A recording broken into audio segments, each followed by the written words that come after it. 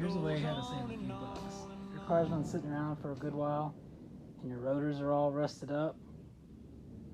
Most likely they're still good, as long as they're not pitted. Mine have been sitting around for quite a while and the coating on them was pretty thick, but once I hit them with the wire wheel, I decided to go ahead and try to use them. And what I did is I went to Tom Thumb. I got me some household vinegar and a little oil pan there. The rotor fits right in there, it's perfect.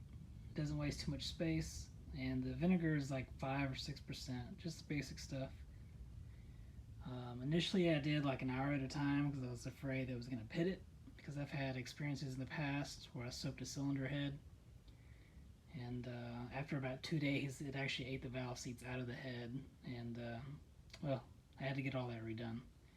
But anyway, on the brake rotor, I let it sit for 2-3 days and it was not a big deal. It did not eat or pit anything. The reason to do the liquid is to get between the vanes, all that area in there that you can't get with a wire brush. As you see, it's been sitting for about a month after I've done it, but it was sparkly clean when I did it. See the little pitting there? I think the brake pads will take care of that once I get the car rolling. But Rock Auto has new ones. I think they were $65 a piece, or $65 for both of them. So I was able to cut that cost out of my my cart and just go ahead and get new calipers. My old calipers, I'm sure they work fine, but they're pretty nasty, and I didn't really want to spend the time to clean them. For $20 each, you can buy brand new ones at Rock Auto. They got new cups, seals, pins, and everything else, and they're painted. They are OEM castings, so you don't have to worry about, you know, being weak or whatever. But it's a good, easy way to save a few bucks. And for the grease, I wanted to try something besides my old shelf full of tractor greases, and I went with this Redline CV2. It's supposed to be a nice high performance grease. It's tacky, it's pretty slimy.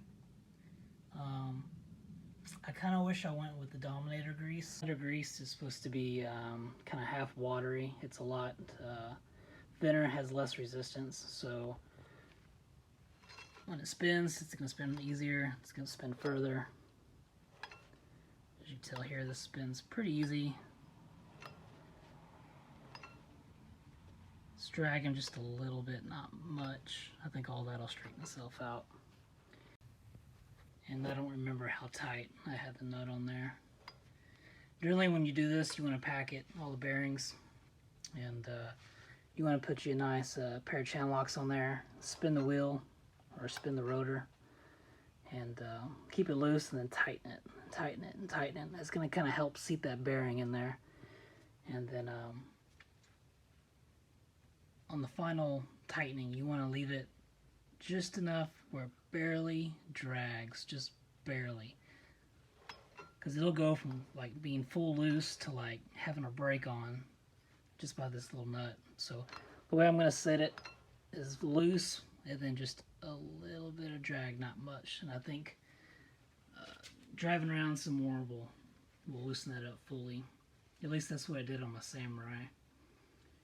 They were really, really tight when I put them on.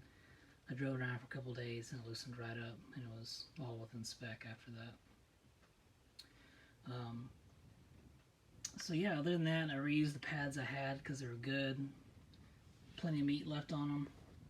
The brake shields I did not want to run. I like being a minimalist, so the less things the better. So what I did is I took the stock ones and I cut them. Obviously I haven't cleaned these yet, but I'm going to run those. I'm going to run the stock little papers behind them. Like I said, it's foam, not paper. But if you didn't run those, what happens is the, let's see if we can see back in here.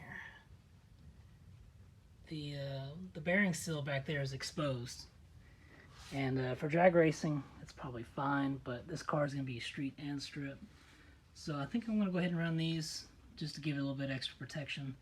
I don't want any rocks getting up in there and damaging the seal, and then making a mess like that. But yeah, that's what I got. The struts are stock. I just spray painted them. This is all 4-cylinder stuff. Originally it was a 4-cylinder car. I just swapped out the rear end and the back for an 8.8. And kept the front end stuff now, just to help keep the cost down. It's supposed to be a little bit lighter as well.